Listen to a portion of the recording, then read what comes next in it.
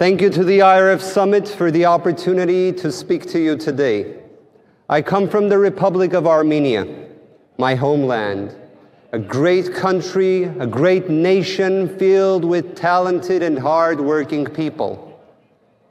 For centuries, our country had an anchor in defending our interests and unifying our people.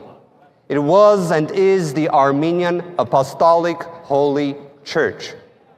Our nation, throughout its history, has suffered various ordeals: genocide, war, oppression, blockades, and yet never lost its faith. I have to mention that in the year 301, Armenia adopted Christianity as its state religion, thus making us the first Christian nation. The Armenian Apostolic Holy Church has safeguarded our religious, cultural, national identity throughout centuries. And even at the times of the absence of sovereignty or other tough times, the Armenian Apostolic Holy Church has unified Armenians and even acted as the cornerstone for statehood. Now, we have witnessed difficulties these last few years. The 44 days of war in Artsakh, also known as the Nagorno-Karabakh. Also, later on, the forced displacement of 120,000 Armenians. I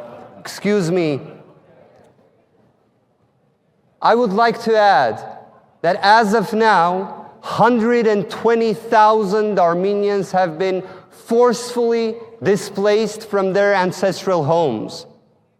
As of now, as we speak, centuries-old churches and monasteries have been vandalized, denying Christian Armenians the chance to visit places of worship, places which housed saint relics. As we speak, we have 19 Christian Armenians as political prisoners, as captives in Azerbaijan. It is noteworthy that President Trump has raised this issue and made a statement as to the release of prisoners in Baku. What I would like to state is that our Armenian Holy Church has faced various difficulties by foreign states, even oppression and intervention. But what was the unthinkable is that such kind of intervention takes place right now in Armenia by the Armenian leading powers and government.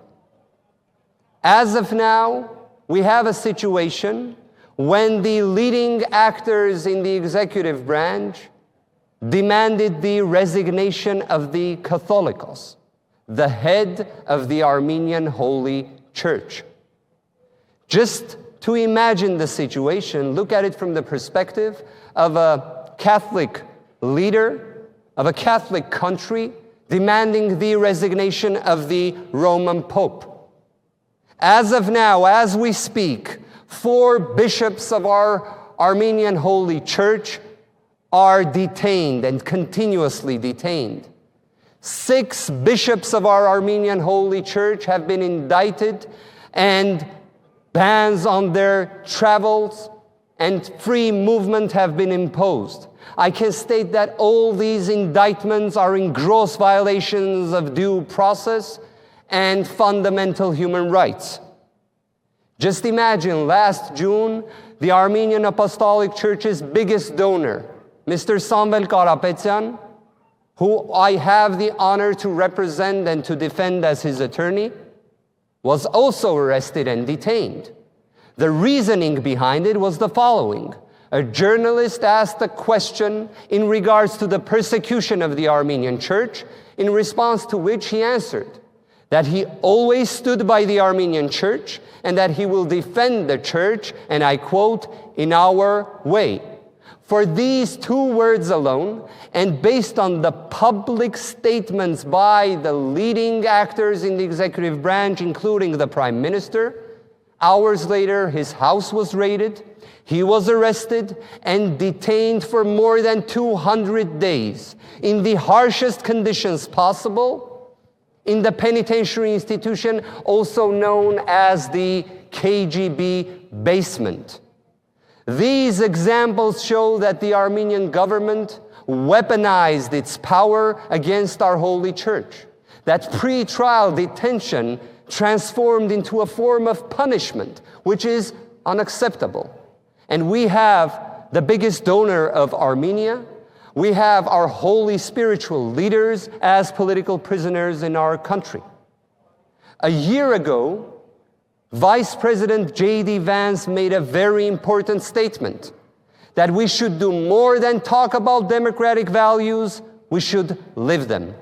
This is what I believe is the best formula to solve the situation, to solve the problems in regards to religious freedom, that we should do more than merely talk about them. For 15 years, I've been practicing law, and I have never seen such kind of flagrant violations. These violations are neither acceptable nor tolerable. Dear colleagues, I pray that together we will be able to better protect and better promote religious freedom. I pray for the freedom of all those who are unlawfully detained and all those who are persecuted, both in my great country and abroad. And I want to thank the IRF Summit for this opportunity to have this speech in the land of the free and the home of the brave. Thank you so much. God bless you all.